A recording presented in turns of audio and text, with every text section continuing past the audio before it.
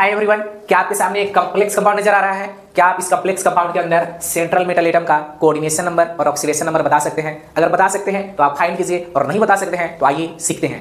यहां पर आपको ऑक्सीडेशन नंबर और कोऑर्डिनेशन नंबर फाइंड करने हैं। कैसे फाइंड करेंगे उससे पहले कुछ बेसिक आपको मालूम होने चाहिए। ये एक तरह का कॉम्प्लेक्स कंपाउंड है। इस कॉम्प्लेक्स के अंदर निकेल जो है ये हो जाएगा आपका सेंट्रल मेटल एटम, और इसके अलावा जो भी प्रेजेंट है वो हो जाएंगे आपके लिगेंड। यहाँ पर लिगेंड दो टाइप का प्रेजेंट है, एक है H2O और दूसरा है EN। तो आपको लिगेंड के बारे में कुछ बेसिक जानकारी होनी चाहिए। जैसे H2O जो लिगेंड है, लिगेंड का काम होता है अपने लोन पेयर को सेंट्रल एटम को डोनेट करके कोऑर्डिनेट बॉन्ड का बनाना। तो एक है H2O लिगेंड के रूप में इसको हम लोग एक्वा बोला करते हैं, और इस H2O का पर कोई भी चार्ज नहीं होता है, यानी ये एक तरह का न्यूट्रल लिगेंड होता है, न्यूट्रल लिगेंड होते हैं। दूसरी बात, ये जो आपका H2O है, ये H2O एक बार में एक लोन पेयर डोनेट करता है सेंट्रल मेटल एटम को, इसलिए ये एक तरह का मोनोडेंटेट लिगेंड होता है, मोनोडेंटेट लिगेंड होता है।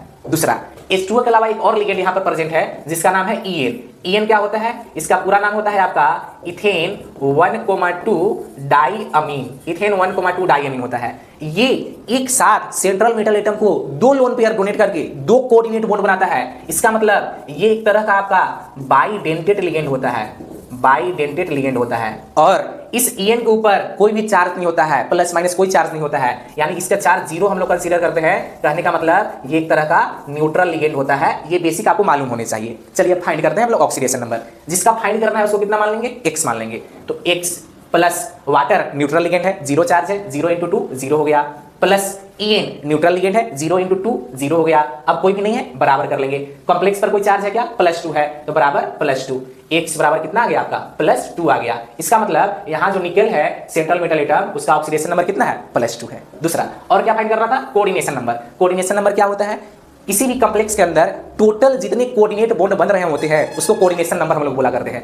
टोटल कोऑर्डिनेट बॉन्ड कितना बनेगा? जितना lone pair central metal atom को डोनेट किया जाएगा। कितना डोनेट किया जा रहा है? वाटर एक लोन पेयर डोनेट करता है। कितना वाटर है? 2 वाटर है, यानी कि आपका कोऑर्डिनेशन नंबर कितना हो गया? वाटर की वजह से तो 2 आपका कोऑर्डिनेट बॉन्ड बन गए। प्लस EN है, एक EN कितना लोन पेयर डोनेट करता है? 2, क्योंकि बाईडेंटेट लिगेंड होता है। तो एक EN 2 कोऑर्डिनेट बॉन्ड बनाता है, तो 2 EN कितना बनाएगा? 4 बनाएगा। तो 2 + 4, यानी कोऑर्डिनेशन नंबर कितना हो गया? 6। कहने का मतलब इस कॉम्प्लेक्स के अंदर टोटल कोऑर्डिनेट बॉन्ड की संख्या 6 है, इसलिए इसका कोऑर्डिनेशन नंबर 6 होगा। शायद आप समझे होंगे। आपका बहुत बहुत